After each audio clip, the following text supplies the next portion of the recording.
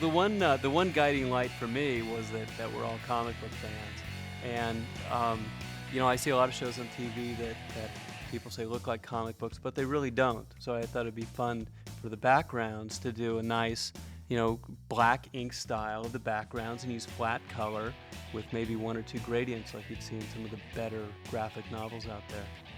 Which, if you go through and look at the different original color designs for the different scenes which exist, every set had sort of color designs. A lot of people were just constantly obsessed with the color. That was the big note we were always getting, which was just there's not enough color, and you kept going, no, just wait, to the network people went out, wait, and then of course they were later hey, that's kind of neat. Yeah, they didn't understand it if every color in the rainbow wasn't used in every background. Within the course of the show, you'd have warm and cool and light and dark, and every color would be used, but sequences were generally phrased a particular way. We went with a very real perspective, but a simplified realism. Which came in nicely when we were designing, or rather you were designing, and we were saying, yes, that's very good. The town of Leonardo. It looks like a real town. It doesn't look like a cartoon town. The only thing that's cartoony about it is you have this very flat New Jersey suburb with this massive Leonardo Tower. Those were my favorite drawings. Whenever we were coming in, no matter the fact that we had, because some of that stuff existed, the Leonardo Tower drawings, and we were at points sometimes where we had no one but Bob, but we had that Leonardo Tower drawing. Yeah. And you could walk through the hallways, and it that was very inspiring. It was if this exists, the rest will come. Within the brain because trust, if this can look this good, then... And actually one of the more disappointing things was when that episode 1 first came back, and animator Han had sort of mucked up the Director Han of the building, and it didn't look as good as the original drawing. It was oh.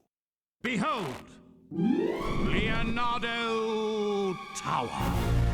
I find it hard to believe that no one noticed that either. It looks like a big bomb. The backgrounds in animated films and cartoons can stand to always be more realistic than the character designs. And so when we arrived at that comic book look, you're right, that came together pretty quickly, in large part due to the reference you sent of New Jersey. And something I liked about it, or got out of it very quickly, was the fact that the horizons are flat, like you said, but also it's very ungroomed.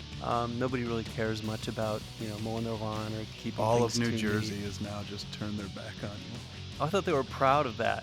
Because it reflects a very casual, laid-back atmosphere. We're happy about it. We added cracked sidewalks wherever we and could. And that tree. Remember in the quick stop shot exterior, there was always that tree. That tree lurking in from the Look, it got cuter the more we went on. The thing that to me that worked the most, we always talked a lot about the Flintstones and the Simpsons, and there was something to be said that it was so likable because you could draw them yourselves. It's simple enough where if you had a picture of Fred in front of you, you could probably approximate it.